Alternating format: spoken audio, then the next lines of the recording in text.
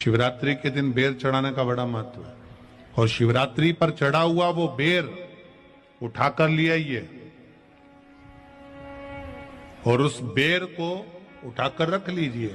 मान लो किसी को उदर से जुड़ी हुई जब तकलीफ रहती है, पेट से जुड़ी हुई तकलीफ रहती है, पेट से जुड़ी हुई कोई भी प्रॉब्लम हो, अगर पेट से जुड़ा हुआ कोई भी रोग आपको लग गया और डॉक्टर की दवाई चल रही है, सारी औषधि चल रही है, जो शिवरात्रि पर आपने बेर चढ़ाया है वो बेर अगर आपके यहां रखा हुआ है, वो बेर उस रोग वाले व्यक्ति को खिला दीजिए।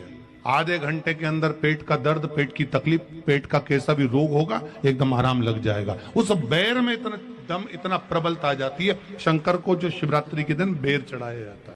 घर में क्लेश रहता हो, बहुत ज्यादा लड़ाई झगड़े हो रहे हैं, सास बहू के झगड़े, ना बहू कुछ सुनने को तैयार ना सास सुनने को तैयार, और घर में बेचारे पुरुषों की आफत। यहाँ भाई भाई झगड़ रहे हो, सास बहुएं झगड़ रही हो, कुछ मत करिए। गेहूं की बाली को तोड़ो।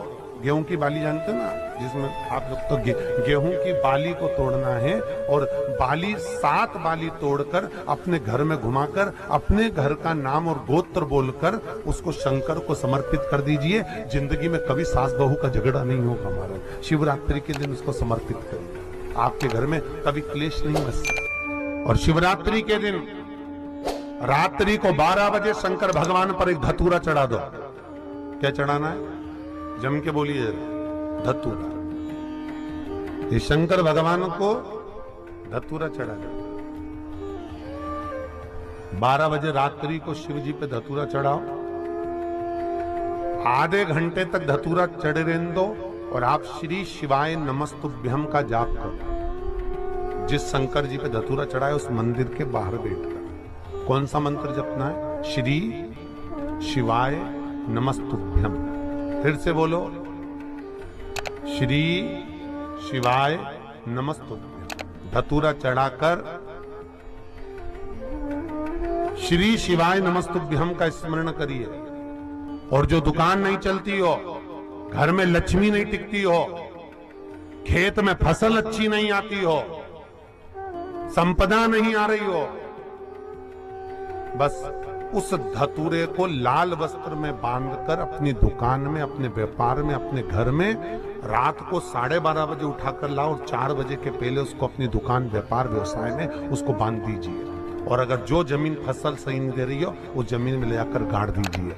आपको जीवन में कभी तकलीफ नहीं भोगना पड़ेगी, लक्ष्मी बढ़ती चली जाएगी, संपदा बढ़ेगी। जो व्यक्ति ज्यादा बीमार रहता हो, बहुत बीमारी उसको घेरे रहती है, परेशान रह रहा हो, बीमारी बनी हुई है, तो बोर चढ़ाइए। बेर क्या बोलते हैं यहाँ पर? बेर की बोर, वो खाने वाला बेर जो होता है, उस बेर को 7 बेर ले लो और 7 बेर को लेकर अपने ऊपर से घुमाकर शिवरात्रि की दोपहर के 12 बजे शंकर भगवान के शिवलिंग पर ले जाकर उस बेर को चढ़ा दीजिए। आपका रोग, आपकी बीमारी मात्र 3 महीने के अंदर समाप्त हो जाए। शिवरात्रि के दिन बेर चढ़ाने का बड़ा महत्व है और शिवरात्रि पर चढ़ा हुआ वो बेर उठाकर ले आइए और उस बेर को उठाकर रख लीजिए। मान लो किसी को उदर से जुड़ी हुई जब तकलीफ रहती है, पेट से जुड़ी हुई तकलीफ रहती है, पेट से जुड़ी हुई कोई भी प्रॉब्लम हो, अगर पेट से जुड़ा हुआ कोई भी रोग आपको लग गया और डॉक्टर की दवाई चल रही है, सारी औषधि चल रही है, जो शिवरात्रि पर आपने बेर चढ़ाया है वो बेर अगर आपके यहां रखा हुआ है, वो बेर उस रोग वाले व्यक्ति को खिला दीजिए।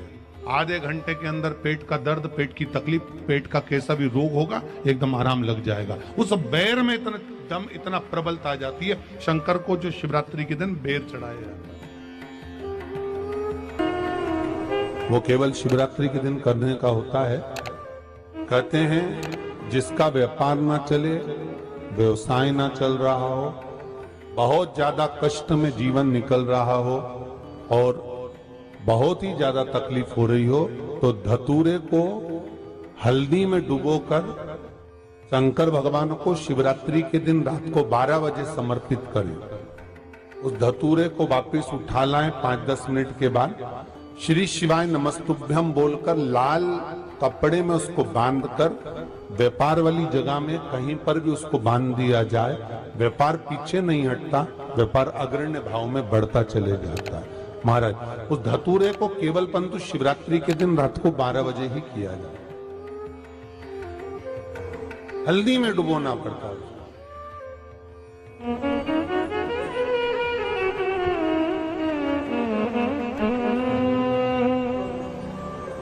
यही प्रमाण एक क्रम में और है महाराज जी। लिंग पुराण कहती है, मान लो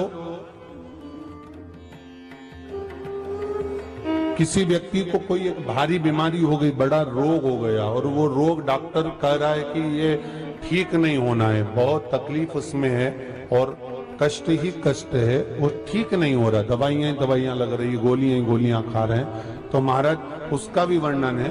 7 धतूरे, कितने धतूरे लेना है? 7 धतूरे। कोई सी भी शिवरात्रि से मतलब महीने में एक बार शिवरात्रि आती है, प्रत्येक महीने आती है। किसी भी शिवरात्रि के दिन 7 धतूरे लेकर, एक धतूरे में मूली, लच्छा, नाड़ा लपेटकर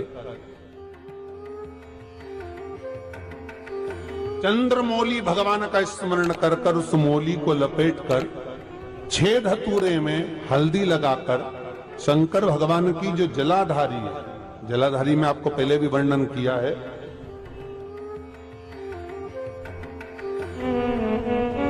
शंकर भगवान का ये शिवलिंग है, ये जलाधारी, ये भगवान का जल निकलने का स्त्रोत, चरणारविंद का भाव।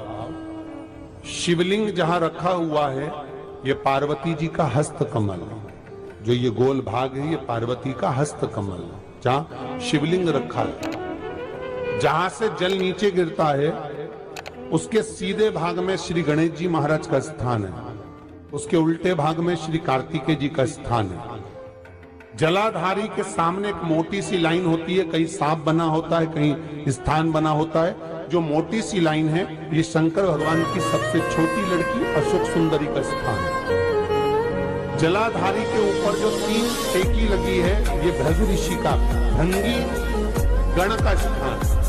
इसके ऊपर जो कलश है, कलश में जो पानी भरा जाता है वो पानी जो बूंद बूंद नीचे गिरता है, ये शंकर भगवान की 5 लड़कियों का स्थान है। जया, विषहरा, सामरीबारी, दोतली और देव, ये 5 लड़कियों का स्थान है। शंकर भगवान का संपूर्ण परिवार शिवलिंग के सामने से, जहां से जल चालू होता है गिरने के लिए नीचे की ओर जब जल जाता है, उस स्थान पर भगवान शंकर के सारे गणों का स्थान है।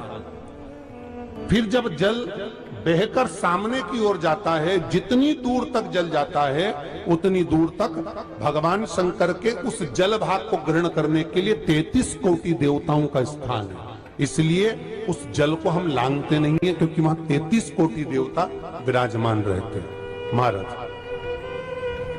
तो जो बीमारी डॉक्टर ने बता दी और बहुत बड़ा रोग हो गया और शरीर में कष्ट है, ठीक नहीं हो रहा, चाहे लीवर से जुड़ा हो, चाहे किडनी से जुड़ा हो, चाहे कैंसर से जुड़ा हो, और मान लो शरीर में कहीं गांठ भी हो गई है और वो मिटी नहीं रही हो, तो महाराज निवेदन है 7 धतूरे, एक धतूरे पर मौली लपेटकर वो शंकर जी के शिवलिंग के ऊपर चढ़ाना।